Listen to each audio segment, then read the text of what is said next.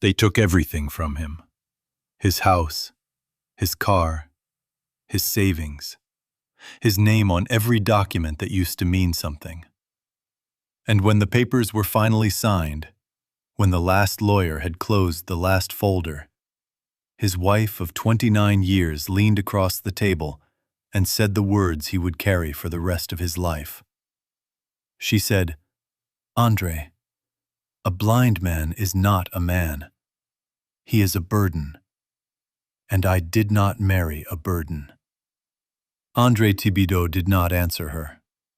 He could not see her face, but he could hear the smile in her voice, and that was worse than any blow. He was 61 years old. He had built her kitchen with his own hands. He had carved the headboard of the bed she was now taking. He had sanded the floor she was walking away on. And in 3 months, diabetic retinopathy had stolen his sight. And in 6 months, his wife had stolen everything else. They left him with one thing: a workshop on Bankhead Avenue in Atlanta, Georgia. 4 walls, a tin roof, a bench, and the ghosts of 40 years of sawdust. That was all. Denise Hargrove did not want the workshop because the workshop did not sell. It was old. It smelled of oil and pine and old sweat. It was, in her exact words, the only thing worth less than you are now. So Andre walked home in the dark, though for him every hour was dark now. And he sat on the floor of that workshop, and he did not cry. He did not have the water in him to cry. He simply sat, and he listened to a city that had forgotten him, and he waited to die. But across the street, unseen by him, unknown to him, a woman named Martha Owe was setting up her fruit cart for the morning, and she had noticed the blind man weeks ago. And Martha Owe was not the kind of woman who let a man die across the street from her while she sold mangoes. This is the story of what she did next.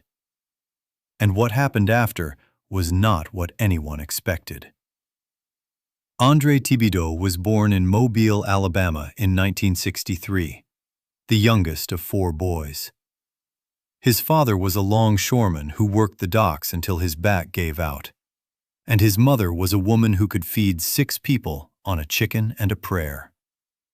Andre grew up watching his father lose his body to labor, and he made himself a promise that whatever he did with his life, he would do it with his hands. But he would do it with skill, so that his hands would last. He apprenticed to a man named Solomon Greer when he was 15 years old. Solomon was a carpenter of the old school, a man who had built pews for churches and coffins for funerals, and everything in between. Solomon did not teach with words. Solomon taught with silence, and with looks, and with the occasional grunt of approval. And in 7 years under Solomon's roof, Andre learned everything a man could learn about wood. He learned that oak is honest, and pine is a liar. He learned that mahogany carries the memory of the tropics inside it, and that walnut smells like a Sunday morning. He learned that a good joint does not need a nail, and that a great joint does not need glue. He learned that a chair is not 4 legs and a seat. A chair is an argument between the wood and the floor, and the carpenter is the judge. By the time he was 30, Andre had his own workshop. By the time he was 40, he was known across Atlanta as the man you called when you wanted a piece of furniture that would outlive you. Judges bought his desks. Musicians bought his stands. A senator once bought a rocking chair from him and paid in cash so his wife would not see the receipt. Andre built for them all, and he did not care what they did for a living. He cared only about the wood. He met Denise Hargrove in 1994 at a church picnic in East Point. She was 34, twice divorced, and she wore a yellow dress that André would later say was the color of a warning he did not heed. She was beautiful in the way that certain women are beautiful, which is to say that her beauty was a currency she spent and expected to be repaid. André had never met a woman like her. He mistook her hunger for love. They married 8 months later, and for a while it worked. André built her a house in a good neighborhood, a house with a wraparound porch and a walnut staircase he carved himself. And Denise filled that house with furniture he made and friends he did not know, and a life he did not quite understand. But he was happy in his way. He worked hard, he came home. He handed her his checks and asked no questions. He was a man who believed that love was a form of labor, and so he labored. Then, in the winter of his 60th year, André began to see spots. Small ones at first, little floaters in his right eye, like ashes drifting across a window. He ignored them. He had work to do. A dining table for a family in Buckhead. A jewelry box for a granddaughter's christening. He rubbed his eyes and he kept working. By spring, the spots were larger. By summer, his right eye had a curtain across it, a gray veil he could not blink away. And when he finally went to the doctor said the word diabetes with the calm patience of a man who had said it 1,000 times before. And then he said the words diabetic retinopathy, and proliferative, and advanced, and irreversible. And André stopped listening after the third word, because he already knew. His father had gone blind at 58, his uncle at 62. The family called it the dimming, as if it were a candle running low on wax, and not a disease running loose in the blood. André had known his whole life it might come for him. He had simply believed he had more time. He tried to keep working. For 3 months he tried. He built the dining table by memory, running his hands over the joints, sanding by feel. And when the family in Buckhead came to pick it up, they said it was beautiful, and they paid him, and they did not know he could not see them count out the money. Then the left eye began to dim, and within 6 weeks, André Thibido was a blind man. He told Denise on a Thursday evening. She was in the kitchen cutting an onion, and she did not look up. She said, "Are you sure?" And when André said yes, she put down the knife, and she wiped her hands on a towel, and she went upstairs. She did not come down for dinner, and she did not sleep beside him that night. Within a week she had called a lawyer. Within a month she had filed. Within 3 months the divorce was final, and Denise had walked away with the house, the car, the savings account, and the retirement fund André had spent 30 years filling.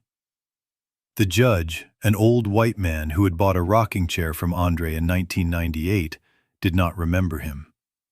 André stood in the courtroom in a suit that no longer fit, and he signed his name where his lawyer told him to sign. And when it was over, he walked outside into a Georgia afternoon he could not see, and he did not know which way was home. He did not have a home. He had a workshop. That was all Denise had left him. And so, with a plastic bag containing 3 shirts, 2 pairs of pants, a razor, and a photograph of his mother he could no longer see, André Thibido walked to Bankhead Avenue, and he unlocked the door of his workshop, and he stepped inside, and he closed the door behind him. And for the first time in his life, André Thibido was alone. The workshop on Bankhead was a squat brick building that had once been a mechanic's garage. André had bought it in 1989 for $18,000, and he had spent the next 35 years turning it into the only place on earth he ever truly belonged. It had a wide sliding door in the front, a smaller side door that led to an alley, a cot in the back where he used to nap during long projects, and a single small bathroom with a sink and a toilet and a shower that dripped no matter how many times he replaced the washer. That first night, Andre lay on the cot in his work clothes, and he listened.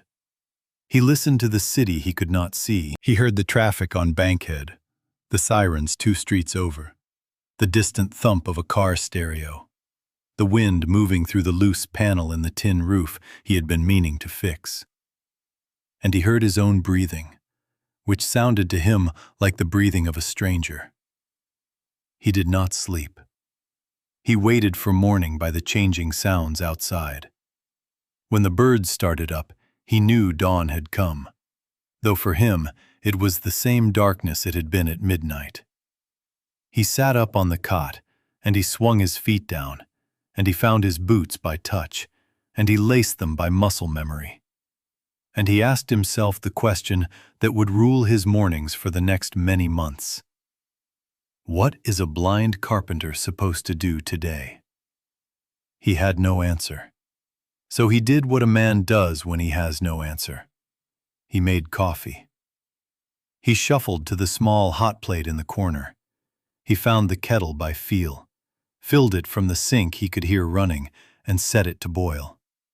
He measured the grounds with his fingers. He poured the water when the whistle came, and he sat on a wooden stool in the middle of his workshop, and he drank a cup of coffee he could not see, and he tasted it. And it was the same coffee he had drunk for 40 years, and that was the first small mercy of his new life. The coffee had not changed. For the first week, Andre did nothing. He sat. He listened. He ate crackers from a box he found on the shelf. He drank water from the tap. He shaved with a straight razor he had used since he was 20, because he did not trust electric razors, and he did not need eyes to shave. He knew his face better than he knew any face on earth. He shaved by memory. And he did not cut himself once. He did not touch the tools. He could not bring himself to touch them. The saws hung on the wall in the order he had hung them 30 years ago, and he knew every one by the sound its blade made when it settled. The chisels lay in a wooden case on the bench, 22 of them, each with its own handle he had turned himself. The lathe sat cold in the corner. The band saw, the router, the planer, the drill press, all of it silent, all of it useless to a blind man. Or so he believed, then. On the 8th morning, he heard something new, a small sound, a rustle, a soft thump against the wooden step outside his front door. He waited. He listened. Whoever it was did not knock, did not speak, simply set something down and walked away. Andre waited a full 10 minutes before he stood up and shuffled to the door. He opened it. He knelt slowly, his knees cracking, and he reached out with his hands and he found a plastic bag. Inside the bag was something soft and cool and round. He lifted one out. He smelled it. It was a mango. Ripe, sweet, heavy. Beside it, another mango, and another, and a bunch of bananas, and 2 oranges, and a small handwritten note he could not read. He took the bag inside. He set it on the bench. He ate a mango standing up, letting the juice run over his fingers, and it was the sweetest thing he had tasted in months. He did not know who had left the fruit. He did not know why. He only knew that someone, somewhere in the city, had seen him. And in the darkness he now lived in, being seen was the most extraordinary thing that had happened to him in half a year.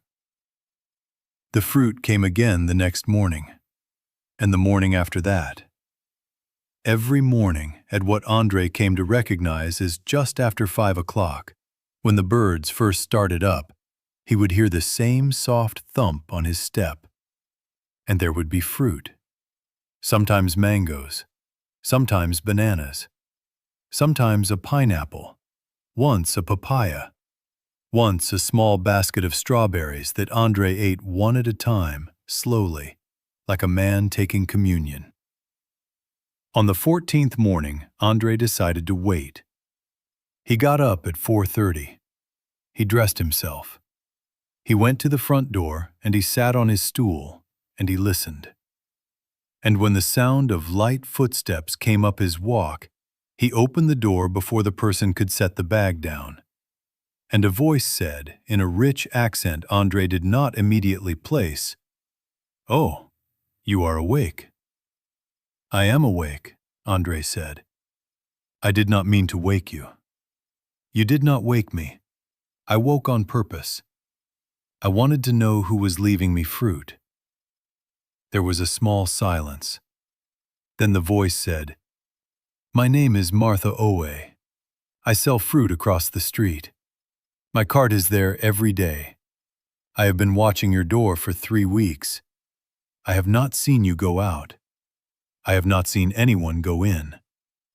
And I said to myself, Martha, that man in that building is either dead or hungry, and either way, he needs fruit." Andre laughed. It was a small laugh and dry, and it surprised him because he had not laughed in months. He said, "I am not dead. I can see that. And I am hungry. I can see that also. Why fruit?" Martha Owe said, "Because fruit is what I have. If I sold shoes, I would leave you shoes. But I sell fruit, and a man who eats fruit for breakfast has a chance at the day. That is what my mother told me, and my mother lived to be 96 years old, so I believe her." Andre stood in his doorway, a blind man in a stained shirt, and he did not know what to say to this woman he could not see. So he said the only thing that seemed to matter. He said, "Thank you." And Martha Owe said, "You are welcome.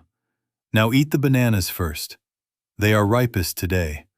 The mangoes can wait until tomorrow." And then she was gone. Andre heard her footsteps going back down the walk and across the street, and he stood in his doorway for a long time after, listening to the sounds of Bankhead Avenue waking up. And for the first time in a very long time, he was not entirely alone. Martha Owe was 58 years old. She had come to Atlanta from Kumasi, Ghana, in 1998, with 2 suitcases and a daughter named Ajua, who was 7 years old and afraid of everything. Martha's husband had died 2 years earlier of a fever the village doctors could not name, and Martha had made the calculation that many widows in West Africa make, which is that a woman with a daughter and no husband has no future in a village.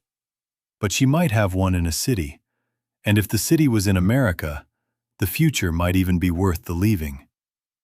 She arrived in Atlanta with the name of a cousin who lived in Clarkston. The cousin took her in for 6 months, and in those 6 months, Martha learned English, learned the bus routes, and learned that the fastest way for a Ghanaian woman to make money in Atlanta was to sell what Ghanaian women had been selling for 1,000 years: fruit. And so, with a loan from her cousin and a hand-painted sign, Martha Owe opened a fruit cart on Bankhead Avenue in the spring of 1999. She had been there ever since, 27 years, 6 days a week, every day but Sunday when she went to church.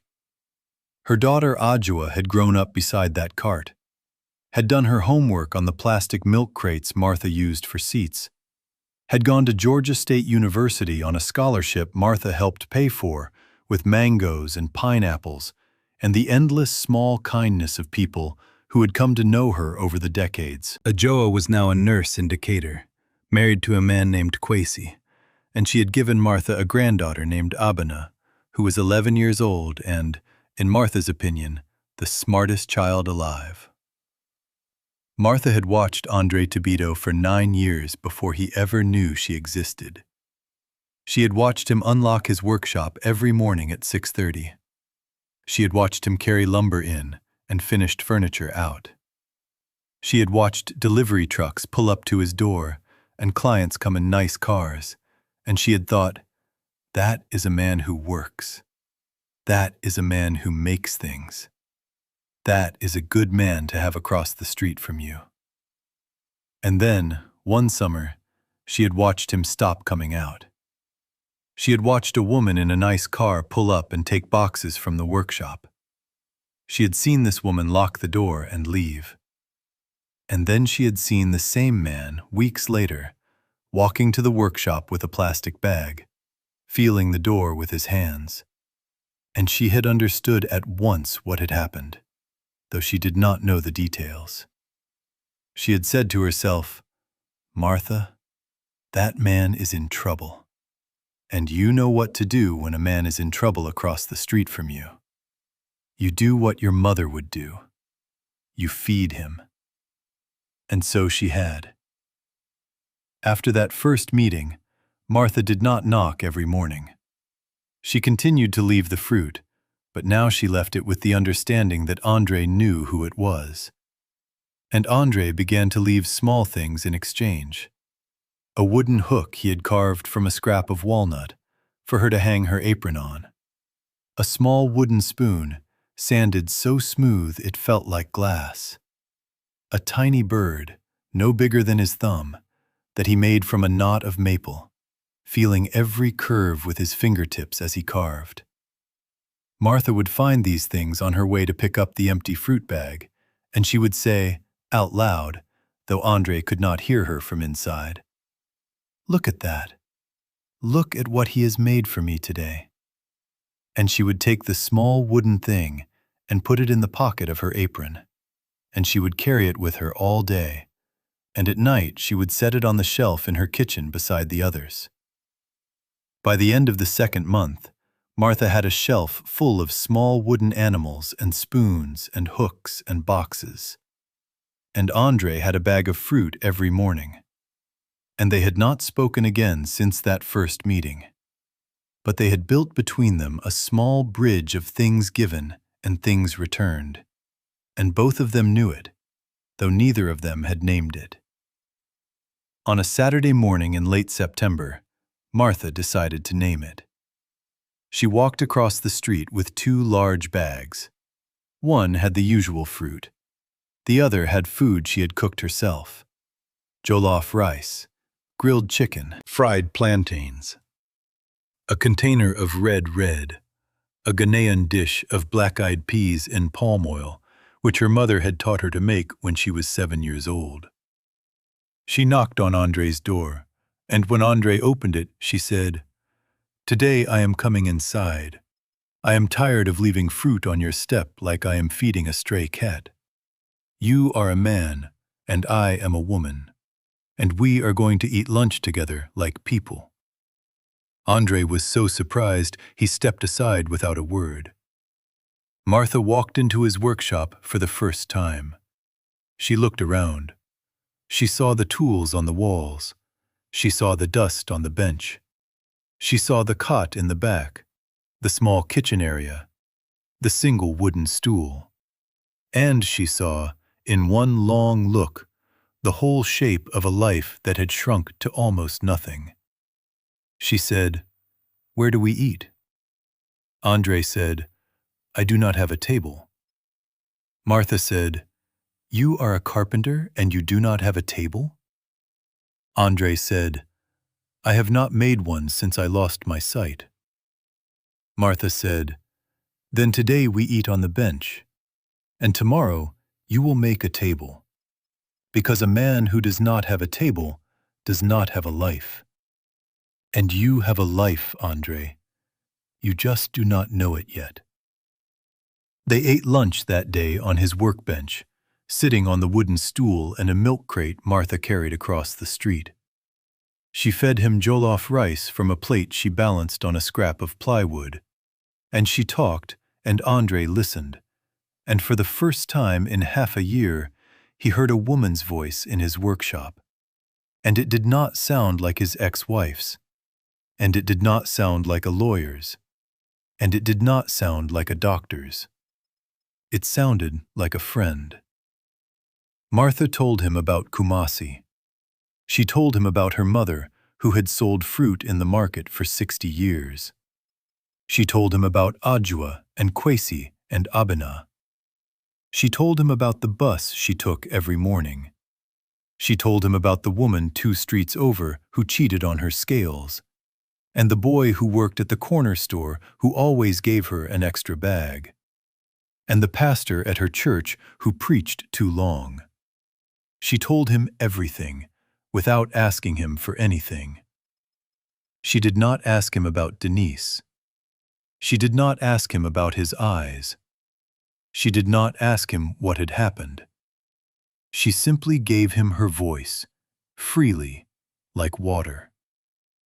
When she left that afternoon, André sat on his stool for a long time. And then he stood up. He walked to the wall where his tools hung. He put his hand on the handle of a saw. He took the saw down. He turned it over in his hands. He touched the teeth. He touched the blade. He touched the handle. It was the first tool he had touched in 6 months, and he did not know if he could still use it.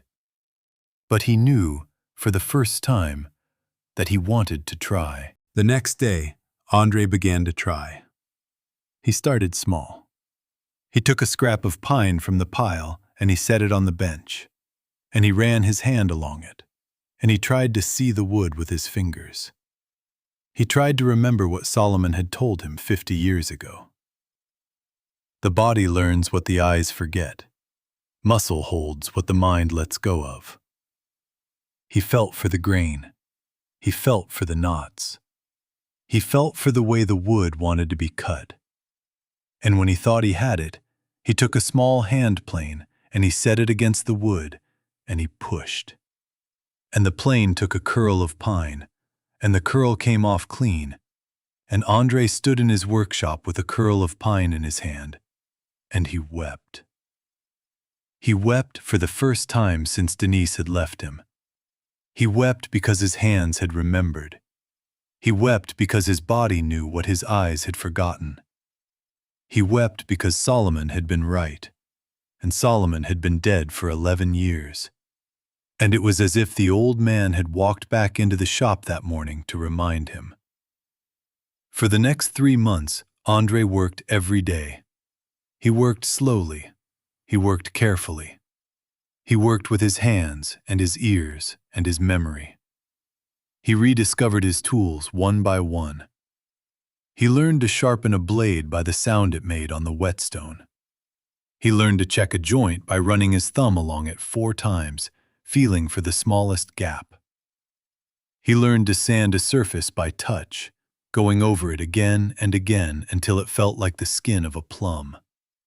He learned that he had been half blind his whole life because his eyes had lied to him about what smoothness was. His fingers did not lie. He made a table. It took him 7 weeks. It was a small table, not much bigger than the workbench, and it was made of oak, and it had 4 legs and a top, and every joint was cut by hand, and every surface was sanded by hand. And when it was done, André set it in the middle of his workshop, and he ran his hands over it, and he knew it was the best table he had ever made. Not because it was fancy. It was not. It was a simple table. But it was the first thing he had made blind, and every inch of it was true. He invited Martha over for lunch on a Sunday afternoon in December. She came, and she saw the table, and she stopped in the doorway. She said, "André, what is this?" André said, "It is a table. I made it for you, for when you come to eat lunch, so we do not have to eat on the bench." Martha walked around the table. She touched the top. She ran her hand along the edge.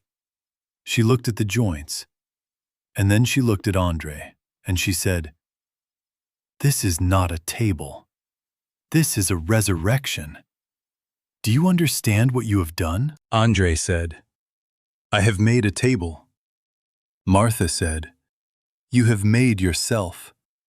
A man makes what he is. And you have made a table that will last 200 years. So you must be a man who will last 200 years. They ate lunch on that table. And after they ate, Martha said, "Andre, there is something I want to ask you." Andre said, "Anything." Martha said, "My cart. It is old. It is falling apart. I have been pushing it for 27 years. The wheels squeak. The boards are cracked. The paint is gone. I cannot afford a new one. I have been thinking of buying one from the man in East Point who makes them, but he wants $900, and I do not have $900. And even if I did, his carts are ugly, and they break in 2 years. I was going to ask you a favor, but now I see this table, and I do not know if I have the right to ask." Andre said, "Ask." Martha said, "Would you build me a fruit cart?" And Andre Thibido, blind carpenter of Bankhead Avenue, smiled for the first time in a very, very long time. And he said, "Martha, I would build you a fruit cart that will last longer than either of us, and I would consider it the honor of my life." Martha brought her granddaughter Abina to the workshop the following Saturday. Abina was 11 years old, tall for her age, thin, with her hair in 2 thick braids, and a curiosity that filled every room she entered. She had heard about the blind carpenter from her grandmother for months, and she had made up her own mind about him before she ever met him. In her mind, he was a wizard, a man who made furniture without seeing, a magician of wood. And when Martha introduced them, Abina did not shake his hand.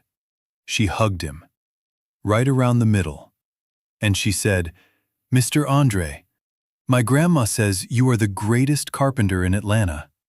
Is that true?" Andre laughed. He said, "Your grandmother says a lot of things." Abina said, "But is it true?" Andre said, "I do not know if I am the greatest, but I am a carpenter, and I try to be a good one."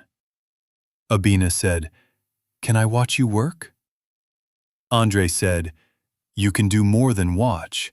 You can help, if you want to." Abina said, "I want to."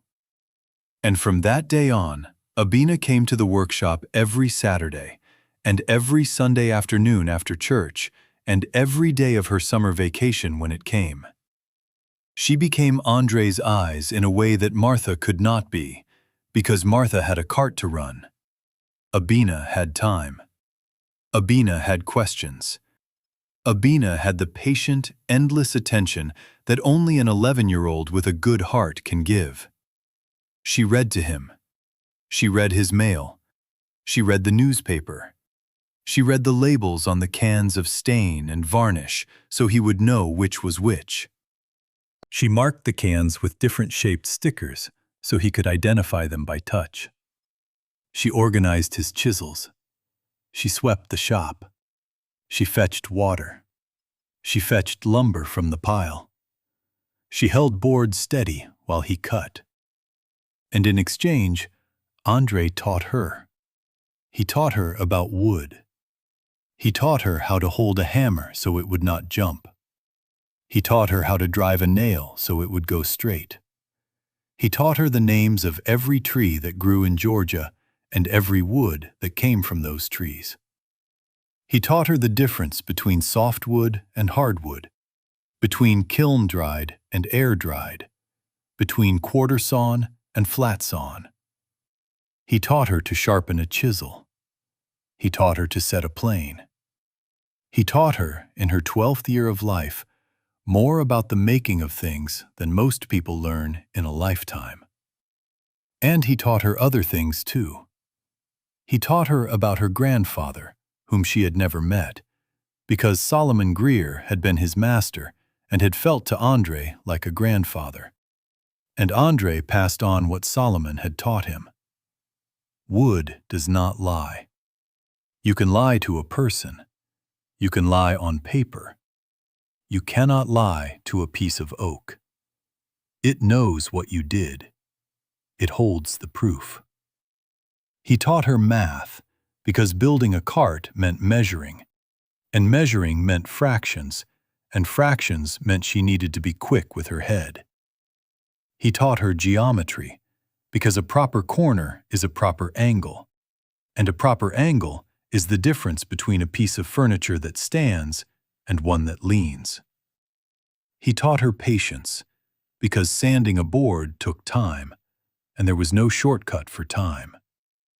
And Abina, in her turn, taught him too. She taught him things he had not thought about in decades. She read him books she was reading in school.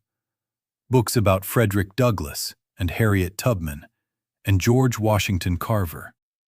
She read him her science homework about photosynthesis and evaporation. She read him the newspaper, and she would stop mid-sentence to ask what a word meant, and Andre would explain. And in explaining, he would remember what it was to be a young mind opening itself to the world. She described things to him. The color of the light coming through the front window at 4 in the afternoon. The shape of a bird on the sill outside.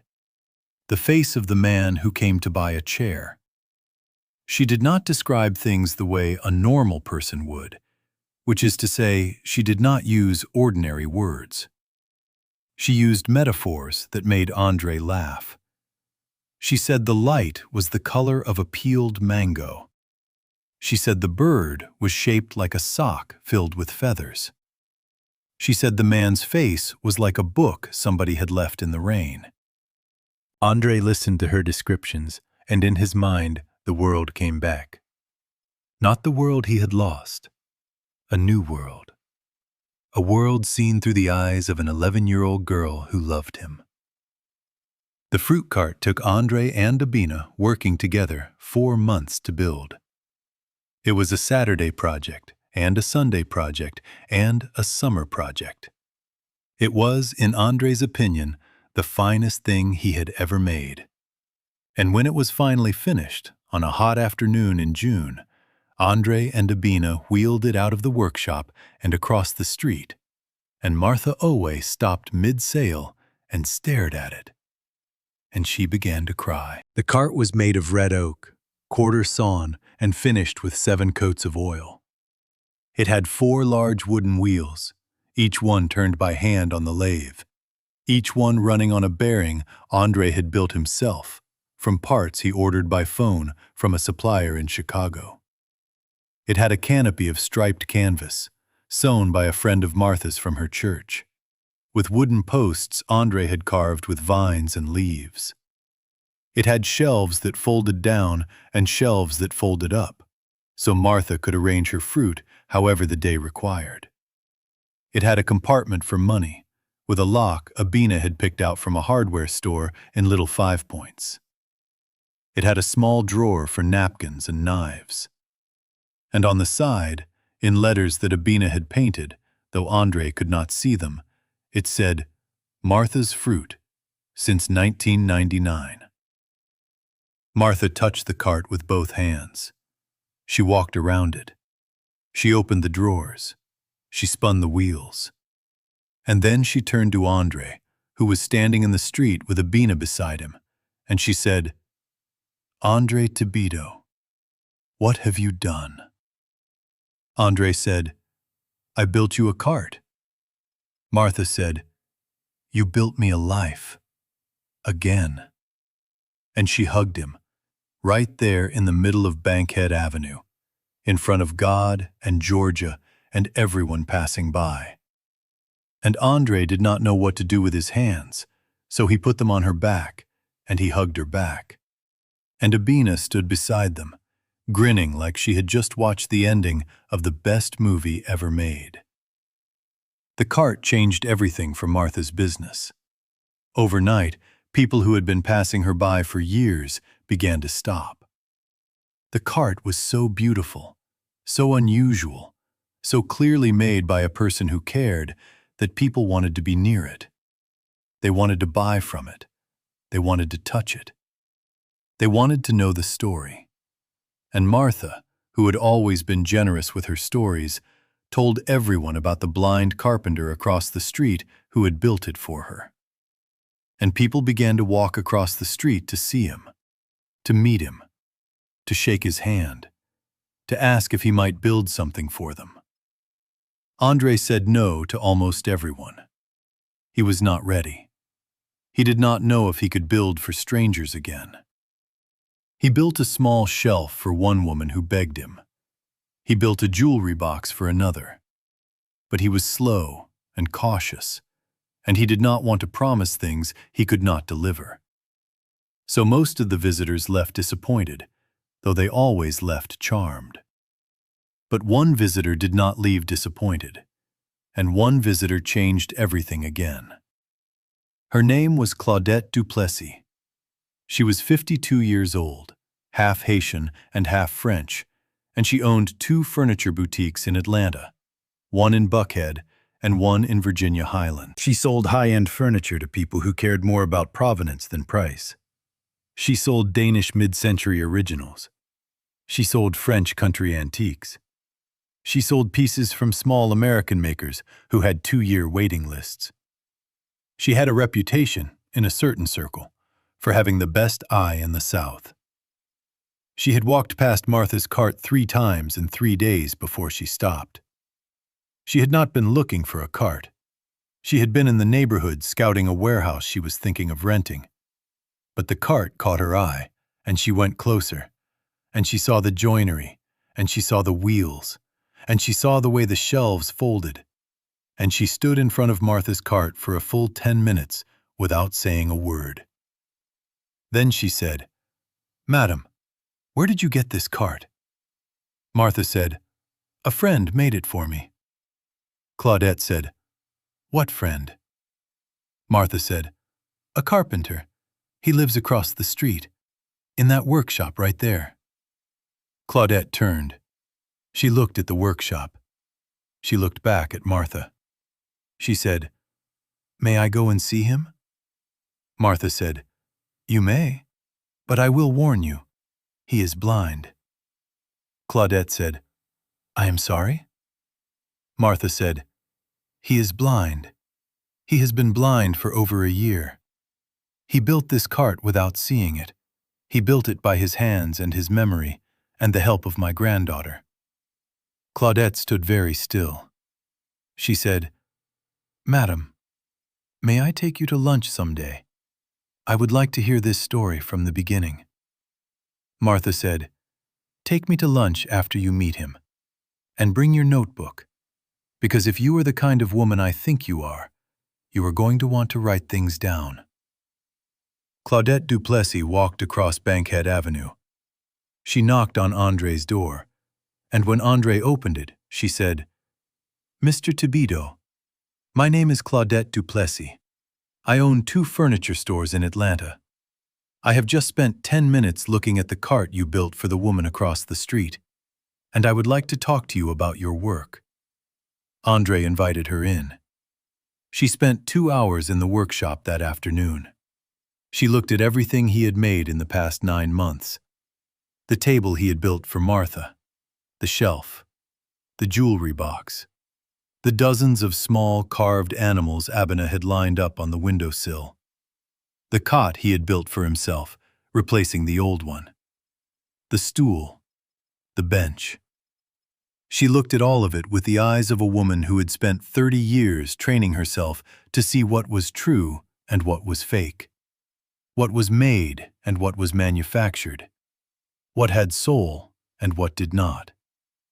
At the end of the 2 hours, she sat down on the stool Andre had made, and she said, "Mr. Thibido, may I be honest with you?" Andre said, "Please." Claudette said, "I have been selling perfect furniture for 15 years. Perfect in every measurable way. Machine cut, precision joined, finished to a mirror shine. And nobody remembers any of it. It sits in houses in Buckhead and Alpharetta and Sandy Springs, and it is beautiful, and it is expensive, and nobody remembers it because it does not have a soul. It has a maker, but it does not have a maker's touch. Do you understand what I am saying? Andre said, I understand. Claudette said, Your work has a soul. It has a touch. I can feel it in every piece. I can feel your hands on this wood. I can feel your ears. I can feel the way you listened for the joint to close. I have never in my life seen a table like the one you made for that woman. It is a piece of furniture that has been made by a person who could not lie to the wood, because his eyes could not lie to him first. I want to sell your work in my stores. Andre was silent for a long moment. He said, I do not know if I can make enough. Claudette said, I do not want you to make enough. I want you to make what you can. 1 piece a month. 1 piece every 2 months. Whatever you can make, at whatever pace you can make it, at whatever price we agree on. I will sell it. And I will tell your story. Not as a marketing gimmick, as the truth. Because your story is the truth of what furniture is supposed to be. And people who buy from me are going to pay for that truth. Because deep down, that is what they have always been paying for. They just did not know it until now. Andre said, I do not want to be a novelty. Claudette said, You will not be a novelty. You will be a master. There is a difference, and my clients will know the difference. And if any of them treats you like a novelty, they can go buy furniture somewhere else. I do not need clients like that. I need clients who understand that a chair can be a prayer. Andre said, I need to think. Claudette said, Take a week. Take a month. Take as long as you need. I am not going anywhere. And Mr. Thibido, one more thing. I do not buy people's hands. I give them a place to work. If you say yes, we are going to be partners, not employer and employee. Partners. Do you understand? Andre said, I understand. Claudette left. Andre sat on his stool for a long time.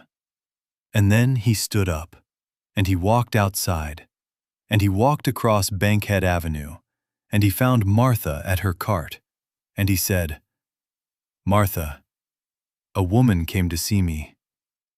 Martha said, I know. I sent her. Andre said, She wants to sell my furniture in her stores. Martha said, Of course she does. She has eyes. Andre said, What should I do? Martha said, Andre, you are asking me if you should say yes to a woman who wants to pay you to do the work you love. You already know the answer. You are just afraid of it. And I understand. Fear is a natural thing. But you have been afraid for 2 years now. You have been afraid of losing more than you have already lost. And I am here to tell you, my friend, that you cannot lose more than you have already lost. Everything from here is a gain. So say yes. Say yes, and let us see what God has planned. Andre said yes. He called Claudette that evening from the phone in the workshop, which Abena had set up for him with big buttons and a speed dial for his most called numbers. He said, Miss Duplessis, this is Andre Thibido. My answer is yes. Claudette said, Mr. Thibido, my answer is thank you. Let us begin.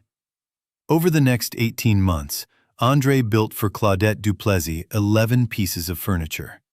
He built a dining table for a family in Sandy Springs made of walnut with a live edge on one side and a book-matched top he glued up over 4 days. He built a set of 6 chairs to go with the table. He built a bed frame for a photographer in Decatur out of cherry with headboard carvings of the 4 rivers of Georgia.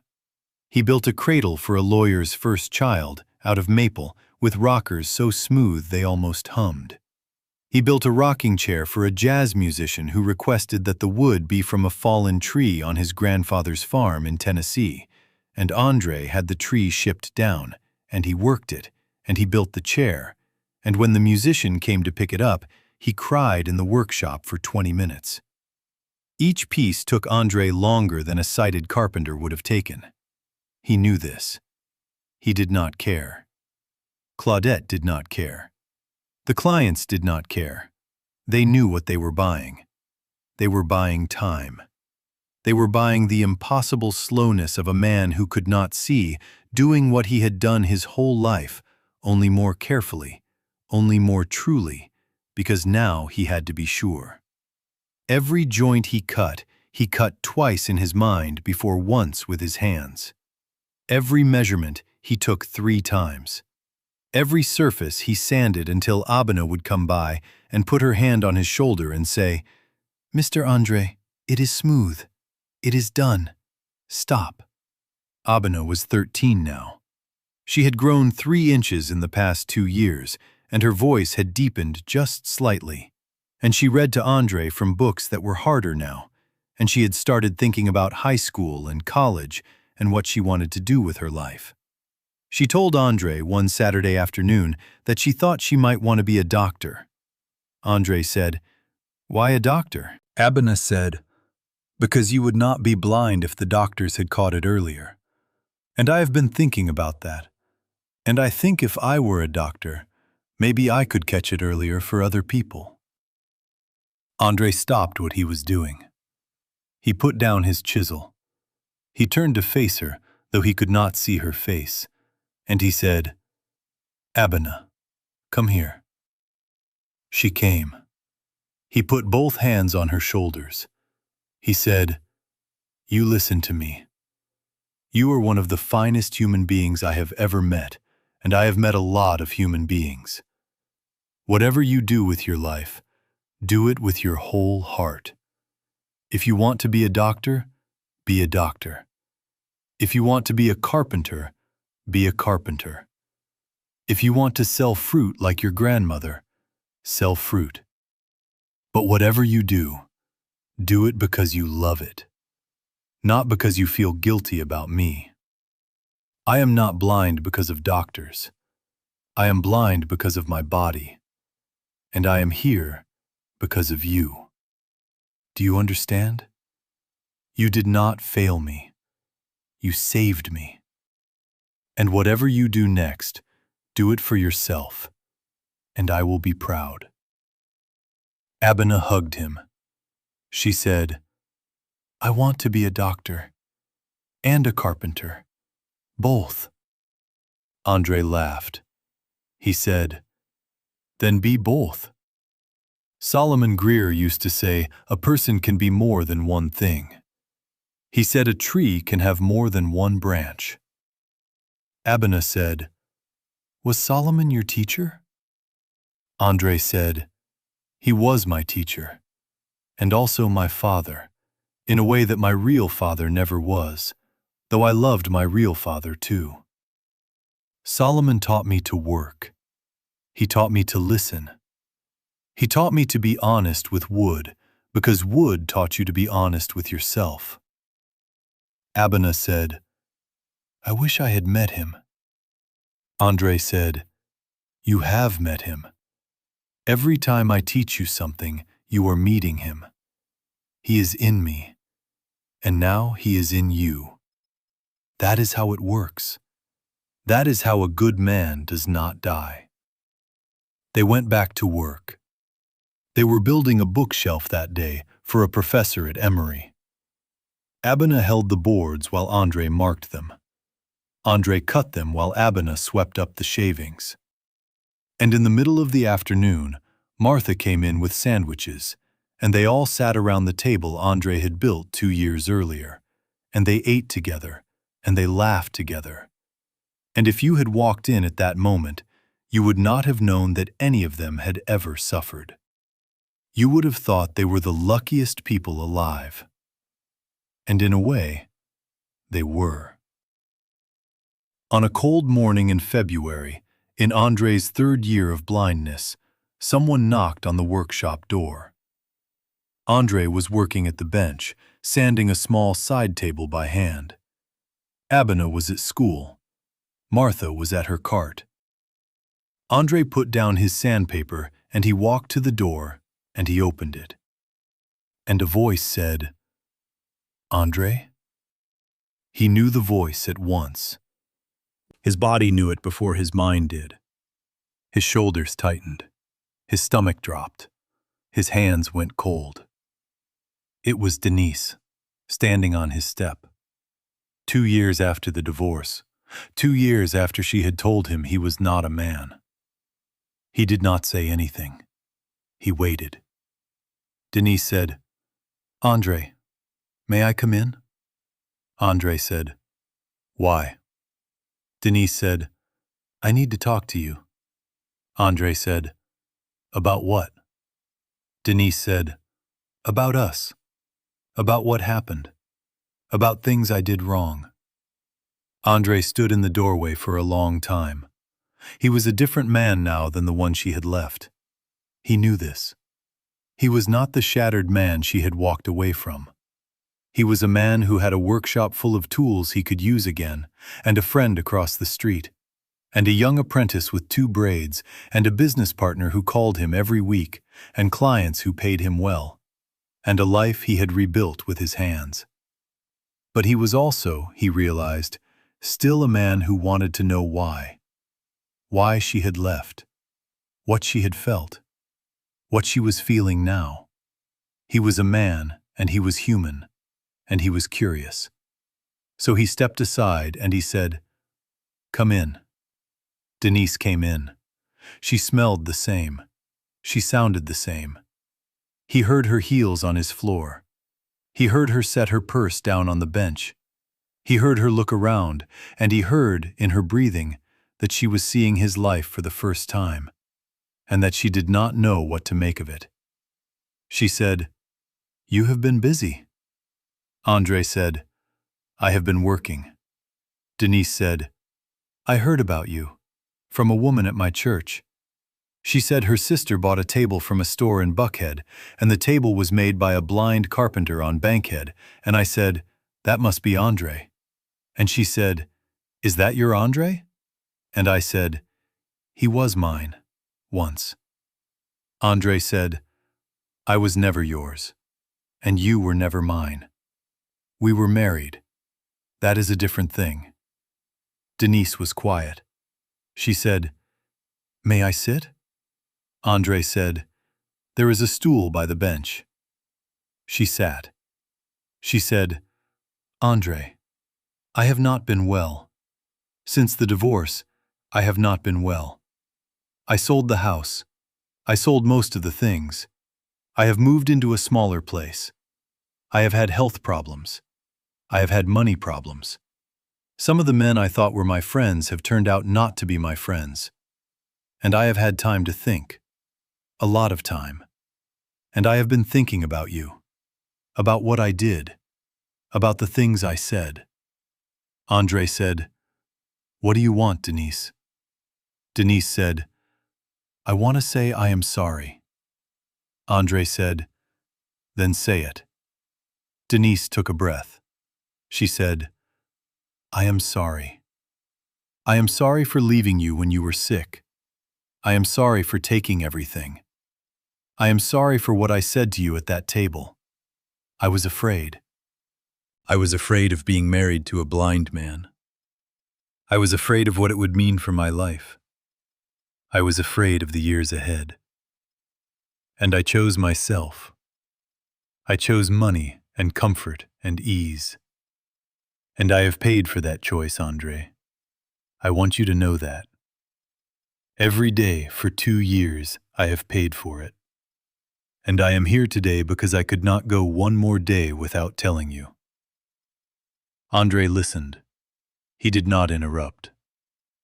When she was done, he was quiet for a long time. Then he said, "Denise, I forgive you." She began to cry. Andre said, "Wait, let me finish. I forgive you, but I want you to understand what that means. It does not mean I want you back. It does not mean we are going to be friends.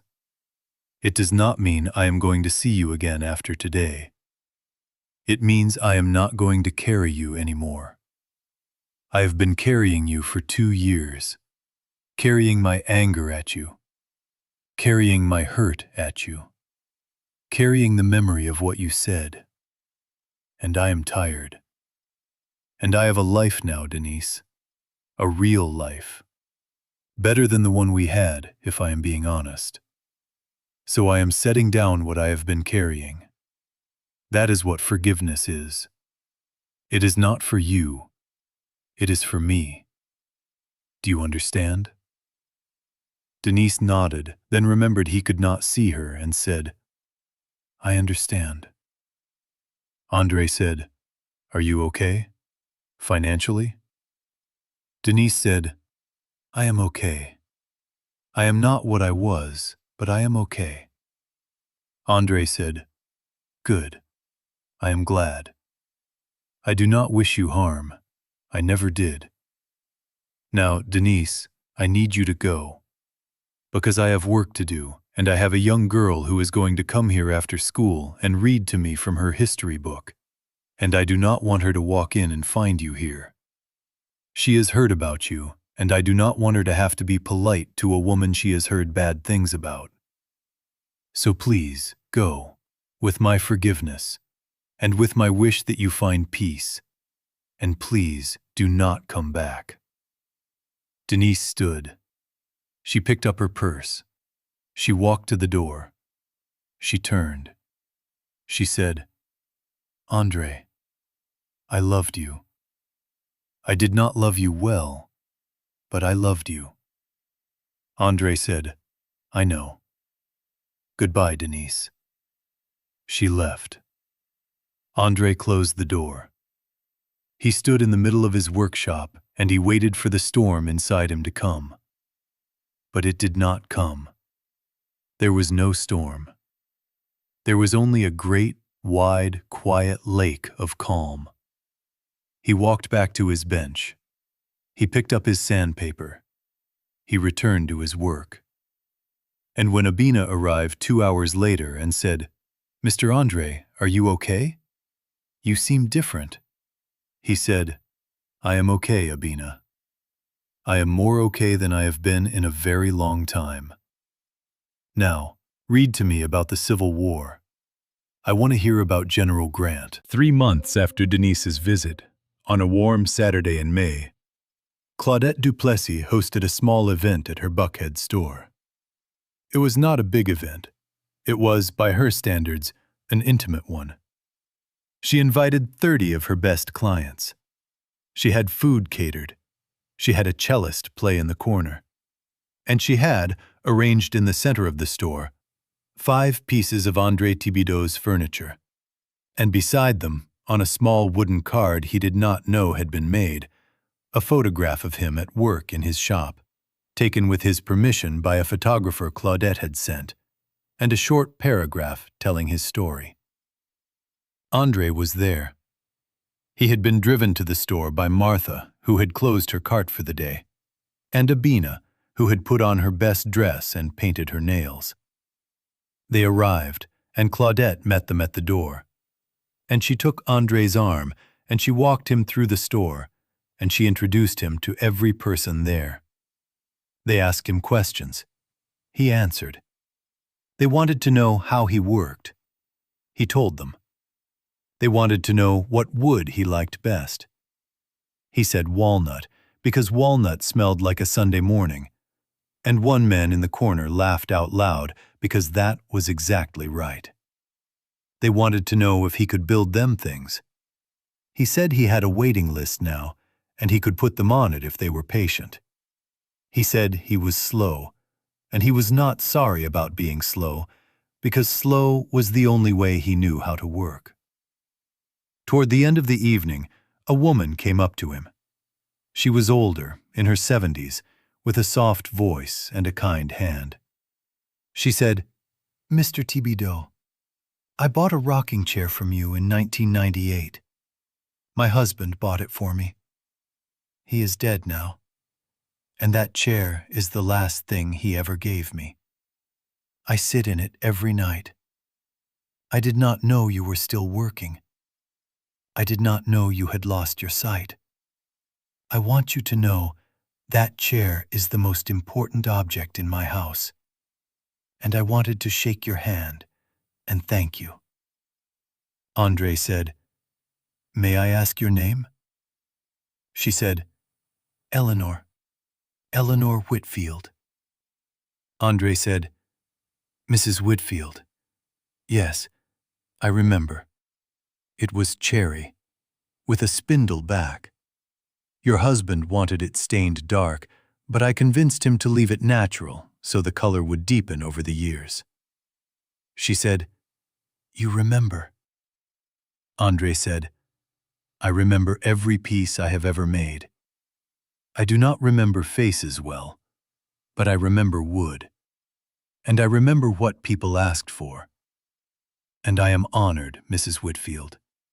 Truly. That is why I do this. That is why I have always done this. So that a chair can sit in a house for 30 years and still mean something. Thank you for telling me." Mrs. Whitfield reached out and took Andre's hand. She held it in both of hers. She did not say anything else. She just held his hand for a long moment, and then she let go and she walked away. And Andre stood in the middle of Claudette Duplessis' Buckhead store, and he thought about Solomon Greer, and he thought about his father, and he thought about Denise, and he thought about Martha, and he thought about Abina, and he thought about the strange and winding road that had brought him here. And he understood, for the first time, that he was not a blind man who had once been a carpenter. He was a carpenter who happened to be blind. And there was a great and eternal difference between those two things. That night, back on Bankhead Avenue, after Abina had gone home with her grandmother and Martha had said her long goodbyes and the workshop was quiet again, Andre sat on the stool in front of his bench, and he did what he had done that first night 3 years ago. He listened. He listened to the city.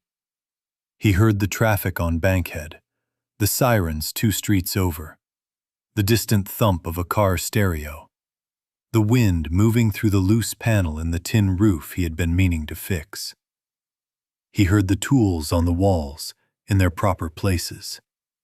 He heard the wood in the pile, waiting for tomorrow.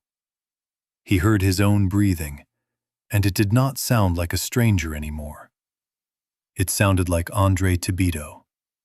A man of 64 years, a widower without a wife, a father without children, a master carpenter of Atlanta, Georgia, alive on the earth and useful and beloved. He did not weep. He had wept enough. He simply sat and he listened. And after a while, he stood up and he walked to the wall and he took down a saw and he ran his thumb along the teeth. It was sharp. It was ready.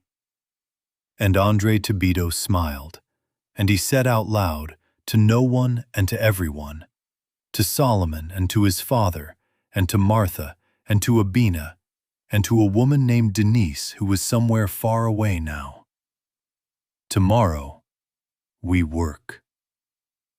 And that is the story of Andre Thibido.